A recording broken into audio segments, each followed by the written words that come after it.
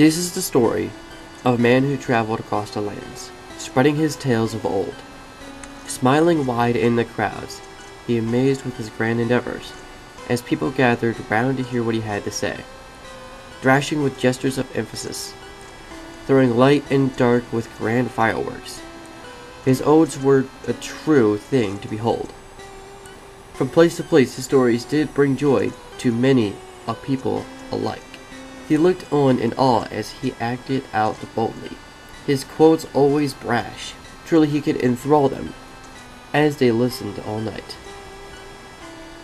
One day, in a town like many another he had stepped foot in before, he set up his stand, his pedestal to bestow them with lore after lore.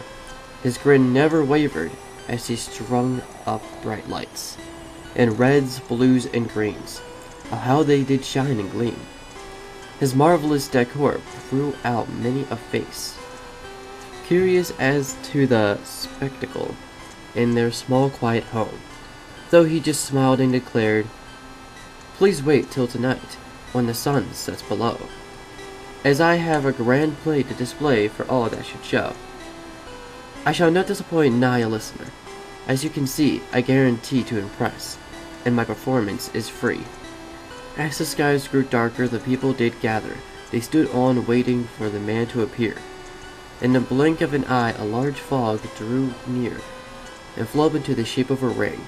The audience gasped as a man danced up on stage. As he jumped through the shape, the fog dissipated. He smiled wide and bowed to the crowd before he began to sing.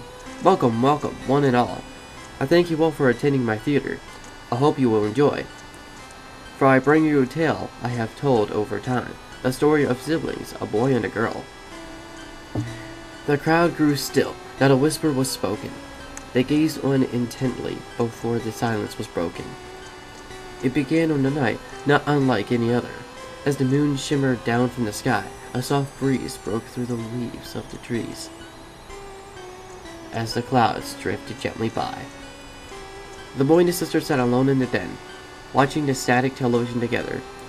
Neither could see the man in the window standing outside in the worsening weather.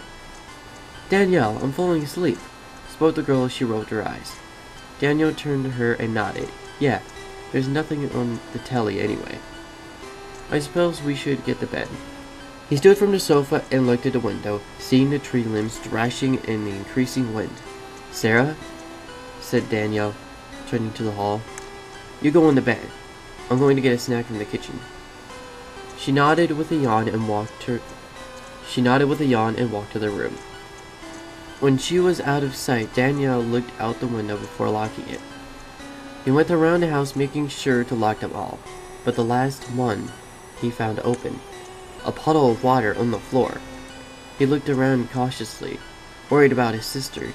He made his way to the living room, only to stop when he saw a dark figure standing in the open doorway.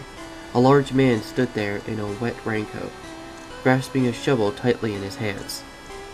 As Daniel closer examined the figure, he heard a loud thud, and his vision faded.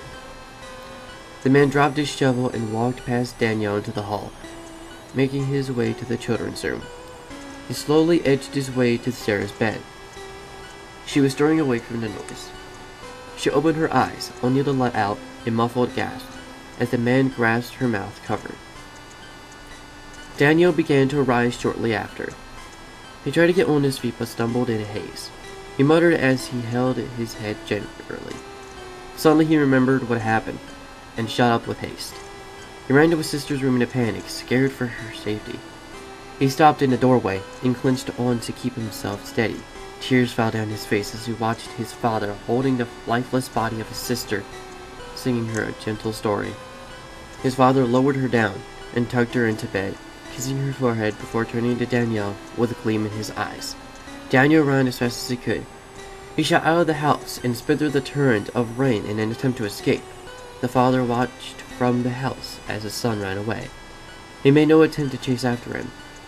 Daniel dashed away but began to tire. He stumbled and fell into a hole. He grunted in pain, too tired to move. As he opened his eyes, an ear-splitting scream echoed from the clearing. His scream. As he covered away from the body of his mother that he had landed on, he became frozen in terror as he heard the voice of his father singing the same gentle story.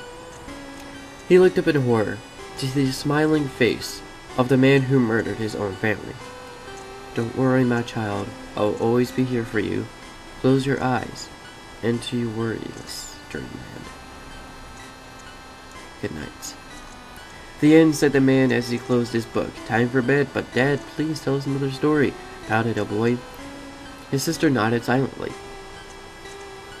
The man looked at them for a moment and began to gaze. "All right, just one more, then time for bed." They nodded happily as they prepared for his tale. He sat back in his chair and began singing gently. It began on a night not like any other, as the moon shimmered down from the sky. "How is the patient?" "Still not responding. He keeps repeating the same thing. He doesn't acknowledge the presence of anyone else in his room." "What does he keep repeating?" He repeats a story." "Please elaborate." "He recounts the murder of his 2 children. And this is it?" "He repeats it like a lullaby." "Strange." He peered through the glass into the room as one of the doctors jotted down notes. He turned and continued walking down the hall, checking the rooms. Inside the first room sat a man in a straitjacket, looking where they were with a cheek-splitting grin. "Good night."